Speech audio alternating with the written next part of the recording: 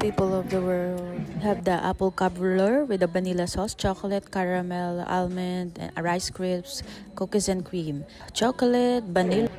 Some vanilla. Vanilla. How many? Just one. I just want. Always smile and greet them, and always be welcoming to them, and ask them if how many scoop do you want or which flavor do you want.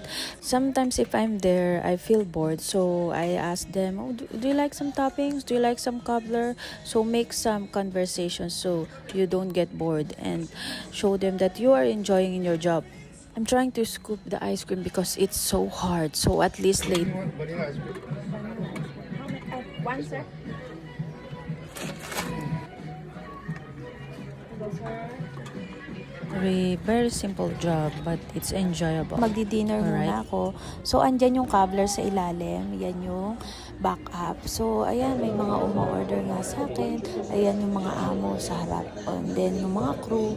Ayan, ganyan lang ginagawa ko dyan. So, pag naman busy, so make sure lang na marami kang backup at check mo mabuti kung ano pa yung kulang sa mga backup mo, kung wala na bang toppings or wala nang apple cobbler. Laging dyan merong backup sa ilalim, dyan sa warmer. And then makikipagtsikahan ka din para hindi ka maboring dyan sa mga crew. Ganun lang naman ang life on board. So, ayan, kasi start-up team pa lang kami, so it means hindi pa nag-o-open yung ship namin. So, ganyan pa lang yung mga work na. Closing time na nga. So, ayan, ibabalik mo sa dati lahat. Maglilinis ka. Ayan, kinuklose ko na yung ice cream.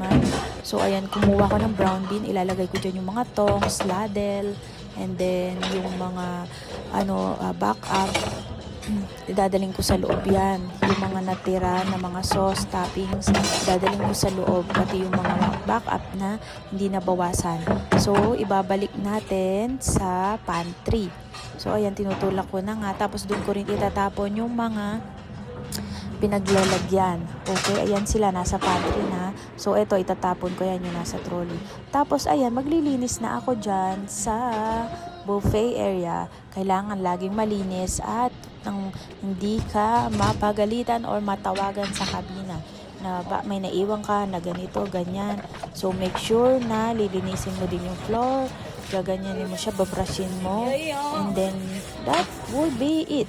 So, ayun, hindi naman, ayan, chill lang. So, kailangan lang maayos, efficient ang trabaho mo. Kailangan pulido rin. So, ayan, nasa gali tayo. Diyan ko itatapon ang mga